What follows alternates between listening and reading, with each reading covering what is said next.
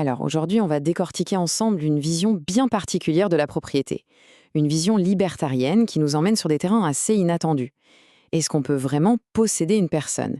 Et une idée, un logiciel, ça se passe comment? Allez, suivez-moi, on va essayer de démêler tout ça.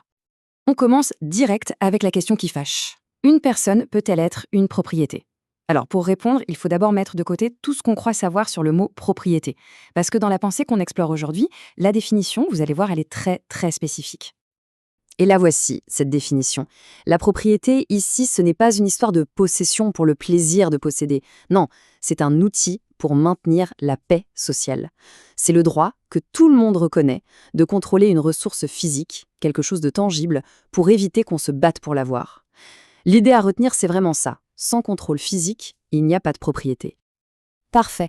Maintenant qu'on a posé les bases, appliquons cette définition à notre premier cas d'étude, nous-mêmes, les êtres humains et notre cycle de vie. En fait, notre parcours vers l'autonomie, c'est un peu comme un transfert de propriété qui se fait petit à petit. Ça commence avec le fœtus. Il est vu comme la propriété de la mère tout simplement parce qu'elle a un contrôle physique total sur lui. À la naissance, ce contrôle se transforme en tutelle parentale, une tutelle qui est reconnue par toute la société. Et puis, au fil des années, ce contrôle est de plus en plus délégué à l'enfant, jusqu'au jour où, hop, il atteint ce qu'on appelle la pleine propriété de soi. Et c'est là que ça devient vraiment intéressant. La propriété de soi, dans cette optique, ce n'est pas du tout un droit inné, quelque chose qu'on a dès la naissance. Non, c'est un statut qu'on acquiert. C'est la société qui, progressivement, vous regarde et se dit « Ok, cette personne est maintenant capable de se contrôler et de respecter les autres ». C'est cette reconnaissance sociale qui crée le droit. Sans elle, rien. Pour que cette idée de tutelle soit bien claire, on peut comparer un enfant et une personne dans le coma. Dans les deux cas, ils sont sous la tutelle de quelqu'un parce qu'ils ne peuvent pas se contrôler eux-mêmes. Mais la différence, elle est cruciale. La tutelle de l'enfant est limitée par ses droits qui grandissent avec lui, alors que pour le patient, elle est limitée par les droits qu'il avait déjà en tant qu'adulte. La tutelle est donc toujours une gestion temporaire du contrôle, jamais un chèque en blanc. Ok, maintenant qu'on a vu le cas des humains, élargissons un peu le champ. Comment est-ce que cette logique de contrôle et de responsabilité s'applique par exemple à des animaux ou même à des robots? Pour un enfant, un animal ou un robot, le propriétaire n'a pas un contrôle direct et total. On ne peut pas dicter chaque pensée de son chien.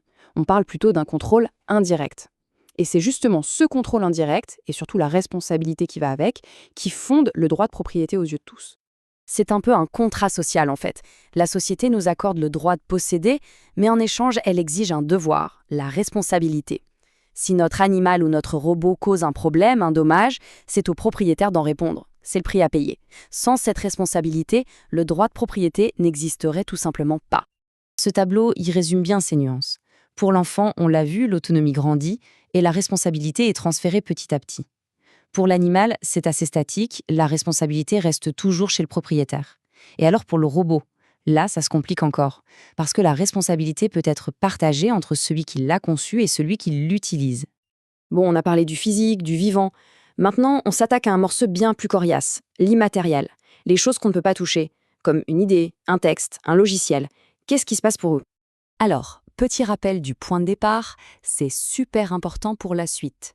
Souvenez-vous, la propriété, ça a été inventé pour gérer des ressources physiques et rares.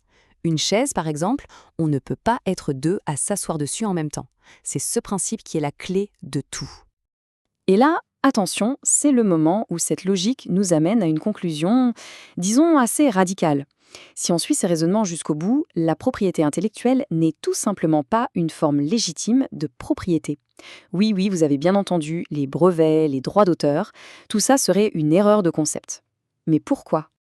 Le raisonnement, en fait, il est assez simple et direct. Une idée, ce n'est pas rare. Elle peut être copiée à l'infini. Si je vous donne une idée, je l'ai toujours. Vous la copier ne me prive de rien. Et comme il ne peut pas y avoir de conflit physique pour y accéder, eh bien, la raison d'être de la propriété disparaît complètement. Pour bien piger la différence, l'analogie du livre est parfaite. Imaginez un livre en papier. Ça, c'est l'objet physique. Si je vous le donne, je ne l'ai plus. On a bien échangé la propriété. Mais le texte à l'intérieur, les idées, l'histoire, ça ne s'échange pas, ça se copie. Quand vous le lisez, vous en créez une copie dans votre esprit, sans priver personne de l'original. C'est la différence fondamentale. Et bien sûr, cette logique, elle s'applique parfaitement au monde numérique. Un logiciel, un fichier MP3, une image, ce ne sont que des informations pures. On peut les copier 1 milliard de fois. l'original reste intact. Appliquer les règles de la propriété physique à ces données est donc, de ce point de vue, une aberration. Alors, si ce n'est pas de la propriété, c'est quoi? Eh bien, le terme proposé, c'est celui de possession numérique. Ce n'est pas un droit universel qui vient de la nature des choses, c'est juste un contrôle d'accès défini par un logiciel à un endroit donné. En gros, c'est une règle du jeu technique, locale, pas un droit naturel. Et on va terminer sur cette question, qui est loin d'être anodine. Si on suit cette logique jusqu'au bout, quelles sont les implications pour notre société moderne, qui est littéralement construite sur l'échange d'informations, de codes et d'idées? Penser que tout ça n'est pas vraiment une propriété, ça remet en question énormément de choses dans notre économie et notre culture numérique. Voilà, de quoi pas mal réfléchir.